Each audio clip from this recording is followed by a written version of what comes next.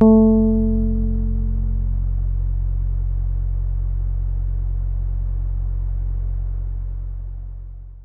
want to start tonight with a question that most people find uncomfortable to sit with. Have you ever hated someone so much that you wanted something bad to happen to them? Not in a casual way. Not the way you might briefly wish a bad day on someone who cuts you off in traffic. But genuinely, deeply, in the sustained way that comes from being wronged in a way that feels unresolvable. A betrayal. An injustice. Something that should have been answered and wasn't. Most people have been there at least once. And most people, when they're there, find that the ordinary tools available to them, confrontation, legal action, simply walking away, don't actually relieve the feeling. The feeling has its own momentum, its own weight, and it demands an outlet. For most of human history, across almost every culture on Earth, one of the outlets people turned to was the curse. Not the verbal kind. Not shouting an insult at someone as they drive away. The formal kind. The ancient, ritual kind. The kind where you go to a specific person or a specific place, and you perform a specific set of actions in the belief that those actions will cause harm to befall the person who wronged you. And tonight I want to tell you about the people who made a living from that need. The professional curse casters. This is one of the oldest professions in recorded human history. Older than medicine as a formal practice. Older than law. Older, in some traditions, than priesthood, or at least contemporaneous with it, since in many ancient cultures the line between priest and curse caster was either very thin or non-existent.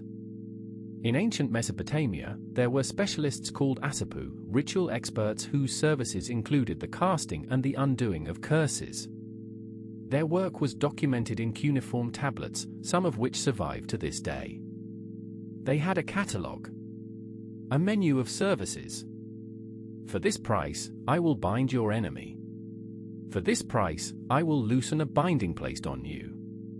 For this price, I will ask the gods to withdraw their favor from the man who stole your inheritance. In ancient Egypt, there were wax figures, proto-straw dolls, inscribed with the names of enemies, then ritually destroyed. Thousands of these have been found in archaeological sites. They aren't the work of a few unusual individuals. They represent a widespread, common practice. In ancient Greece and Rome, there were curse tablets, thin sheets of lead inscribed with the name of the target and the desired misfortune, then nailed to the wall of a temple or dropped into a well or buried in a grave. Tens of thousands of these tablets have been found across the former Roman Empire. They are so common that scholars have concluded that cursing, in the ancient Mediterranean world, was simply a normal thing that ordinary people did when they felt wronged. This is not the fringe. This is not the behavior of the unusual or the mentally unstable. This is an ancient human institution. And no civilization developed this institution to a higher degree of elaboration than Japan. What Japan created, in the ritual known as the Ushi no Koku Meri, the shrine visit at the hour of the ox, is one of the most specific, most detailed, most systematically designed curse rituals in the history of any culture.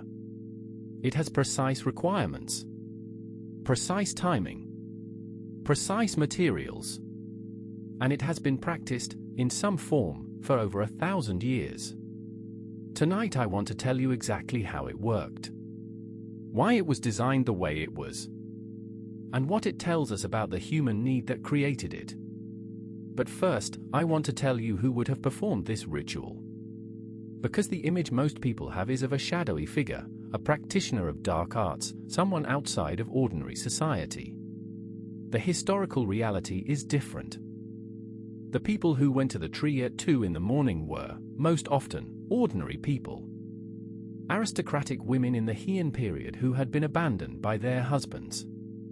Merchants who had been cheated in a deal with no legal recourse. Servants who had been humiliated and had no power to respond. People at the bottom of social hierarchies, or people who had been pushed there by a specific injustice. The curse was the recourse of the powerless. An understanding that changes what this ritual means. I want to spend more time on the ancient curse economy.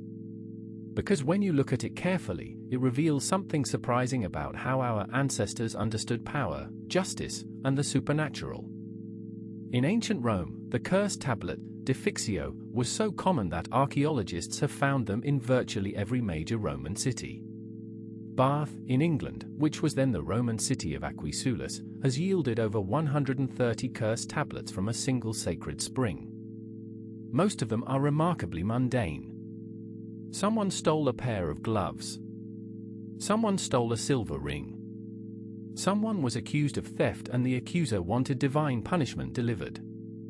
The gods of the spring were asked to afflict the thief, to cause them illness, bad luck, or social disgrace, until the stolen item was returned. These are not dramatic crimes. These are the ordinary small injustices of daily life. And the response to them, inscribing a curse on a sheet of lead, rolling it up, and throwing it into a sacred spring, was as normal as going to court. Except for most people, going to court wasn't actually available. Roman law was available primarily to people with money, with connections, with a social standing to be taken seriously by magistrates. For the person whose silver ring was stolen by a neighbor, the legal system was not a realistic option. The curse tablet was. And this is the crucial thing to understand about the ancient curse economy: it existed because formal systems of justice were inaccessible to most people. The curse was not a substitute for justice among people who had access to justice. It was the only justice available to people who didn't. This changes the moral texture of the whole tradition. When you understand that the woman nailing a straw doll to a tree at 2 in the morning is a woman with no other options, whose husband has left her for someone else, in a society where she has no legal standing to pursue any remedy, where her social position has been destroyed and her security has collapsed, you start to see the ritual differently. It is not primarily about harm. It is primarily about agency. About refusing to be completely powerless in a situation where everything around you is telling you that you have no power. The straw doll and the nails are, in this reading, an act of self-assertion, of dignity, of refusing to accept complete helplessness. Whether or not the ritual worked supernaturally, this psychological function was real. And it's documented, not in those terms, but in the emotional accounts of people who performed these rituals and described the experience afterward. The act of doing something, even something that may have no material effect, can restore a sense of agency that passivity cannot. And that sense of agency, that belief that you can act, that your actions can matter, is one of the most important factors in psychological resilience. The ancient curse practitioners understood this. Not in clinical language. But they built the understanding into the ritual. The requirement that you perform the act yourself, that no one else can do it for you, that you must show up on your own feet for 7 consecutive nights, this is not just tradition. It is a technology for restoring agency to someone who has had it taken away. Let me take you through the ritual. Step by step. Because the details matter. Every detail was chosen deliberately. The ritual is called Ushi no Kokumari, which translates, literally, as the shrine visit at the hour of the ox. In the traditional Japanese method of dividing the day, time was marked not in hours but in the names of animals from the Chinese zodiac. The hour of the ox corresponds to the period between 1 and 3 in the morning. This is the deepest part of the night. The hour when normal human activity has ceased. The hour that, across many cultures, is associated with the spiritual world's proximity to the physical one. The ritual requires several specific elements. First, your clothing. You must wear white. Complete white, robes, undergarments, everything. White is the color of death and mourning in Japanese tradition. By dressing in white, you are, symbolically, aligning yourself with death. Declaring your intent. Second, the crown. You must fashion a crown from iron, specifically an iron ring, and attach to it 3 lit candles. You wear this on your head throughout the ritual. The 3 lit candles mark you as someone engaged in spiritual work. They illuminate your path. They also mark you as visible, which matters, because one of the ritual's rules is that being seen by another person breaks the curse. Third, the doll. You must construct a straw doll, a wearer ninjo, in the likeness of your target. The doll must include something of the target's body, hair, nail clippings, blood, a piece of their clothing, something that connects the doll materially to the person it represents. This is the physical link through which the curse travels. Fourth, the nails. You must bring Gosen Kugi, 5-inch iron nails. Specifically 5 inches. This specification has survived for centuries without explanation.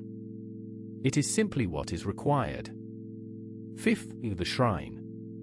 The ritual must be performed at a specific kind of location, a Shinto shrine, ideally one with an ancient sacred tree, a Shimboku. The most famous location associated with this ritual is the Kifune Shrine in Kyoto, nestled in the mountains north of the city.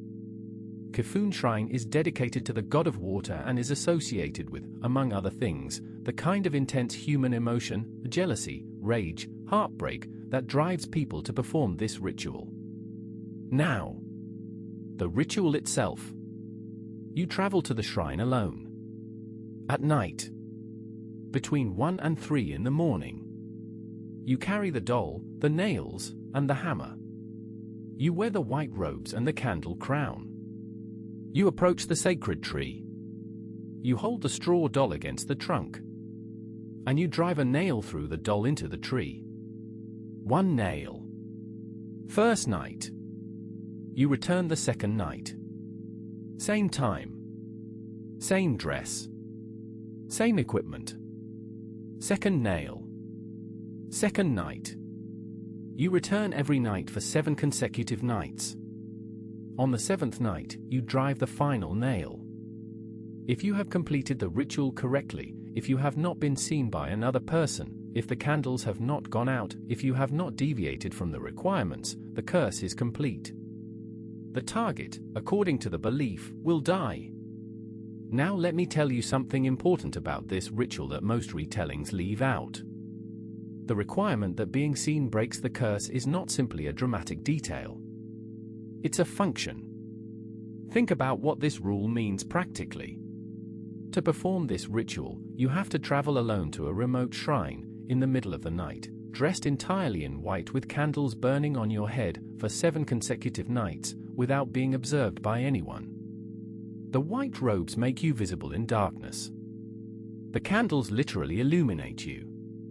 You are, by the ritual's requirements, performing one of the most conspicuous midnight activities imaginable. In the Heian period, the era when this ritual is most historically associated, the roads to mountain shrines were not empty at night. Priests, monks, and travelers used them. If you were going to the Kifune Shrine, you were going up a mountain road that was not completely deserted. Being seen, in this context, was entirely possible. And the rule that being seen breaks the curse puts the responsibility for that back on the practitioner. You have to be careful enough, quiet enough, committed enough to reach the tree without being detected. What this means is, the ritual selects for a specific kind of person. Someone with extraordinary willpower and commitment. Someone who genuinely, deeply wants what they're asking for enough to make this journey, in these conditions, for 7 nights without stopping. I think about this a lot.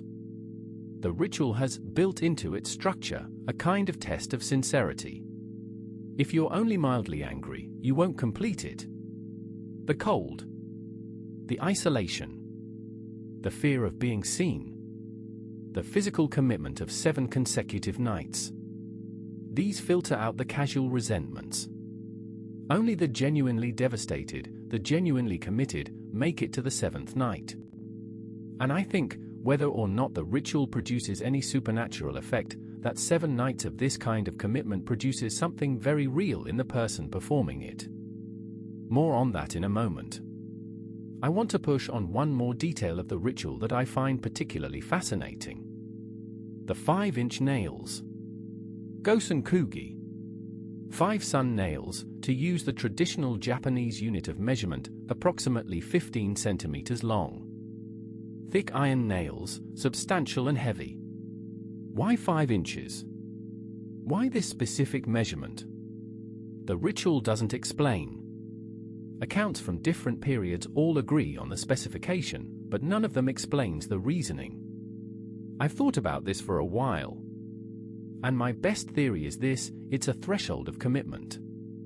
A small nail you could hammer into a tree casually.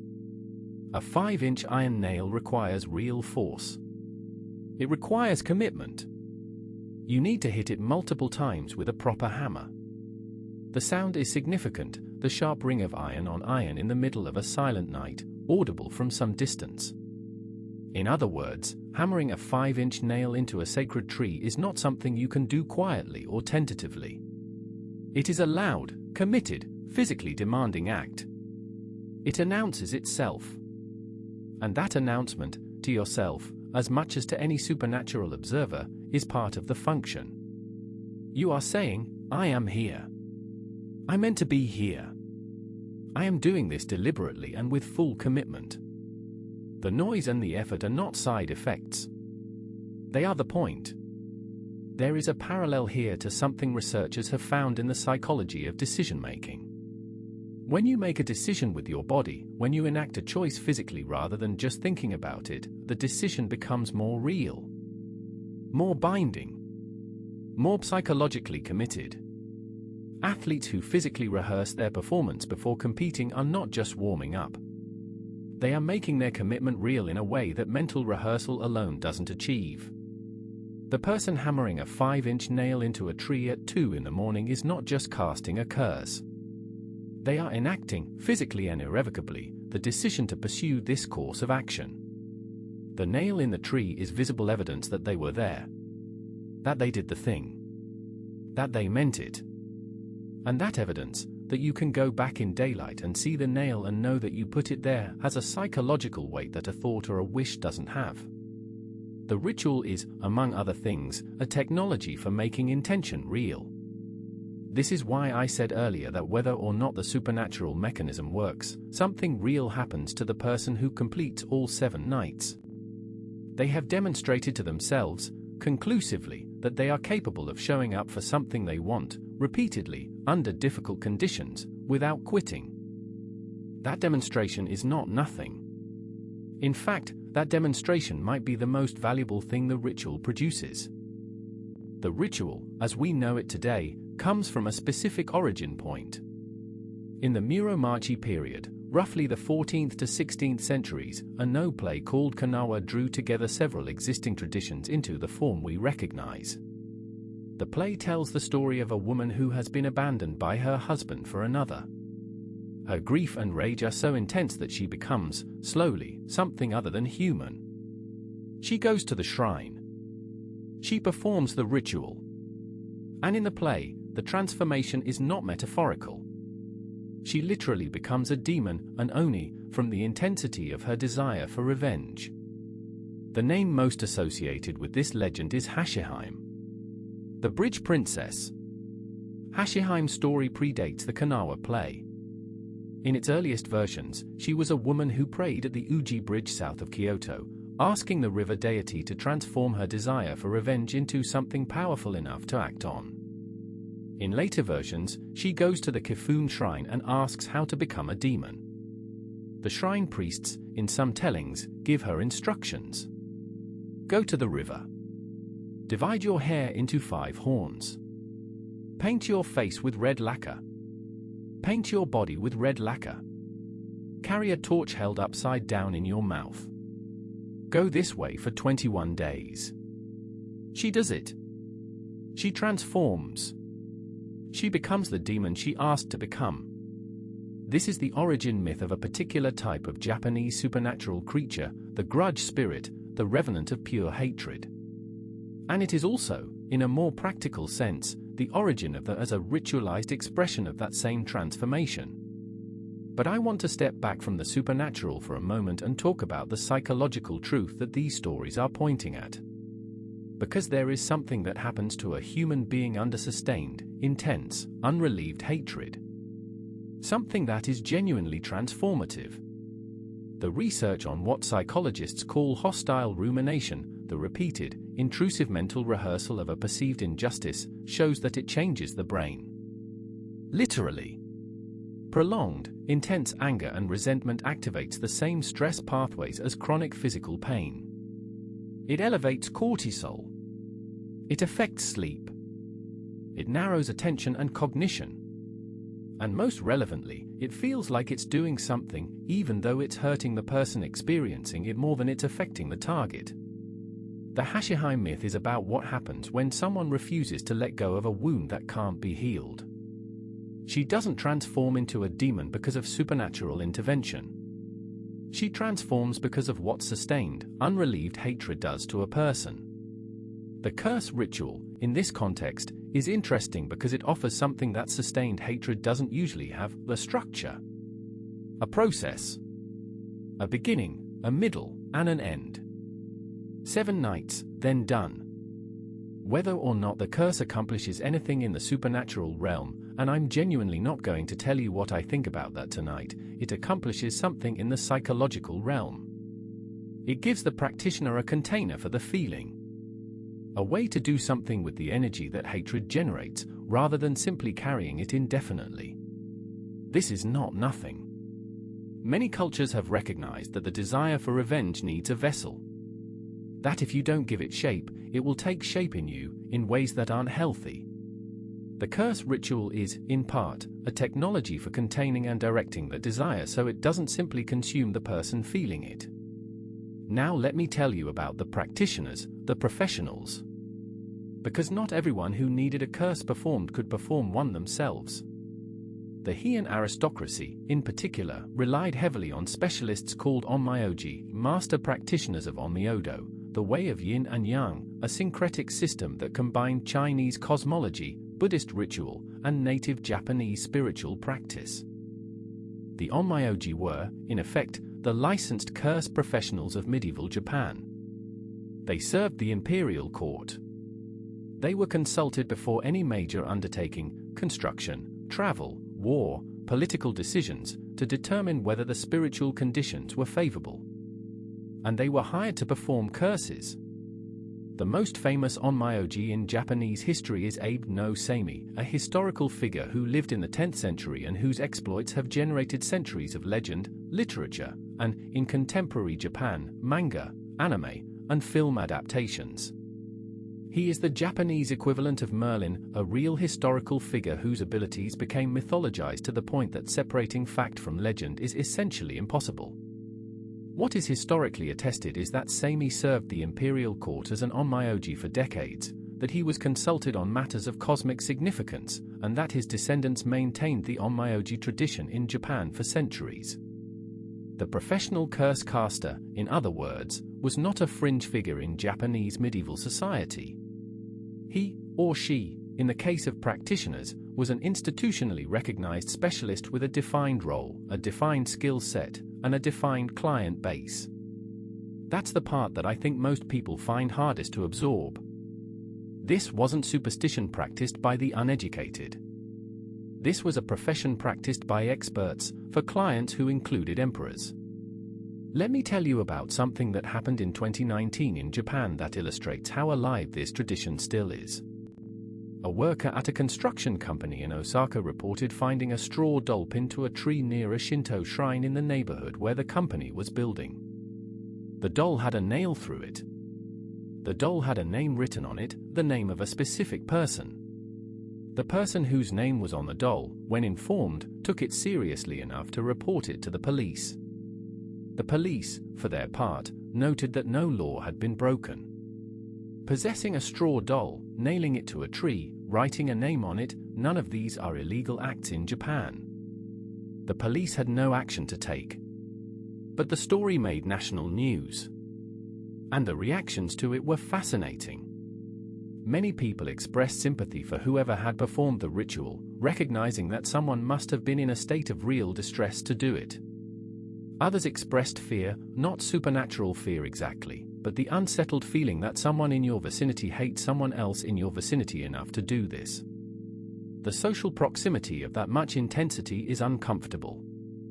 And some people responded with a kind of historical recognition, as if to say, this has always been here, just below the surface. This is not something that ended 1,000 years ago. It is something that happens, still, when people feel they have no other way to respond to what's been done to them. The Hashirheim story is not a legend about something that used to happen. It is a legend about something that still happens, in different forms, with different specific practices, but rooted in the same human experience. I find this worth sitting with. We live in a world with courts and laws and institutional remedies. And those systems, for all their imperfections, are genuinely better at delivering something like justice than straw dolls and iron nails. But the feeling that drives the ritual, the feeling of having been wronged beyond what any formal system can address, of carrying a grief or an anger that has no legitimate outlet, that feeling is not diminished by the existence of better functioning institutions. People still feel it. And they still look for somewhere to put it. In contemporary Japan, there are actually still shrines that offer what could be called legitimate curse services. Not supernatural cursing, but the formal acknowledgement of a grievance, the ritual writing of an enemy's name on a tablet, the symbolic act of placing that grievance before the gods and asking for resolution. Whether you interpret that as prayer, as therapy, or as something else, it persists because the need persists. The need to take a wound that you've been carrying silently and give it form. To make it visible. To do something with it rather than simply continuing to carry it. That need is as old as the species. Before I finish tonight, I want to tell you the thing the title promised, a simple way to get good luck. But first, let me tell you the last piece of that most people don't know. At the Kifune Shrine, there is a tradition that has existed alongside the curse ritual for centuries. If you go to the Kifune Shrine and you write your wish on a small piece of paper, not a curse, but a genuine prayer for something you want, and you place that paper in the sacred stream that runs through the shrine grounds, the water will reveal the answer. The paper, when it touches the water, will show characters that weren't visible before. A message from the shrine. This is called mikuji, water fortune-telling. It is one of the oldest forms of divination practiced at Japanese shrines. And here's what I find remarkable about it, the same shrine that became associated with one of the darkest curse rituals in Japanese history is also associated with one of the most gentle and hopeful forms of divination. The same place that drew people consumed by hatred also drew people filled with hope. The same waters that were asked to transform rage into power were also asked to carry prayers toward answers. Kifune Shrine holds both. And I think that's true of human nature as well. The same intensity of feeling that drives someone to the tree at 2 a.m. can, directed differently, become something else entirely. Passion. Devotion. The willingness to show up, consistently, for something you want deeply. Now. The simple good luck method. Here it is. The reason that was believed to be powerful was not, at its core, the nails, or the straw, or the candles. The belief behind the ritual, the mechanism people thought was actually operating, was the principle of correspondence. The idea that if you act out something with sufficient intensity and specificity, reality will move to match the action. The nail in the tree represents the harm you want to befall your enemy. You are being specific. You are being deliberate. You are putting your full attention and intention into a single focused act. This principle, focused, specific, repeated intention, is not exclusive to curses. The opposite of a curse is not the absence of a curse. The opposite of a curse is a blessing performed with the same intensity. Most people who want good fortune treat their desire for it casually. They hope, vaguely, that things will go well. They wish, passively, for a better outcome. They want without directing that wanting toward anything specific. The curse practitioner, whatever else you think of them, is not doing this. They are clear about what they want. They are specific about who and what and how. They show up, in the dark, in the cold, repeatedly, until they've done what they came to do. That quality, clarity, specificity, repeated committed action, is what the good luck method borrows. Write down what you want. Not vaguely, specifically. Not "I want things to get better," but the exact thing, with exact details. Then do one concrete thing toward it. Tonight. Not a big thing. A small thing, done with the same intentionality that a curse practitioner brings to a nail. And repeat it. Tomorrow. The day after. 7 days, at minimum. I know this sounds like productivity advice dressed up in ritual clothing.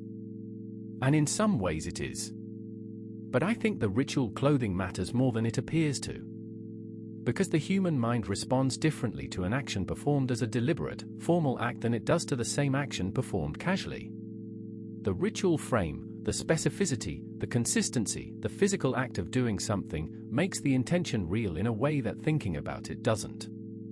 The curse is powerful not because it harms the enemy. It's powerful because it transforms the person performing it from someone who is suffering passively into someone who is doing something. The act of deliberate, focused, repeated action changes the person's relationship to their own situation. The same transformation is available in the other direction. I want to end tonight with a thought about why this tradition has survived. The ritual is not dead. Contemporary Japan still has this tradition. It's not commonly practiced, but it persists. The Kifune shrine still exists. The sacred trees are still there.